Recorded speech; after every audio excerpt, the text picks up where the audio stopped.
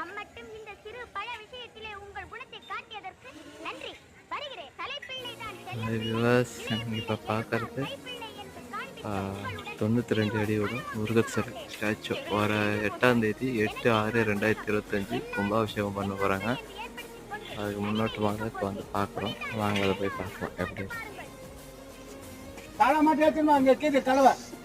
வந்துட்டோம். முருகரை பார்க்க வந்துட்டோம். எல்லாரும் ஆர்வமாக இருக்கிற முருகரை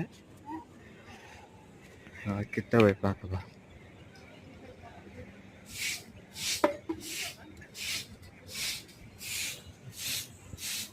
அது செல்ஃபி ஸ்டிக் வச்சிருந்தா அழகா இருந்துடும்.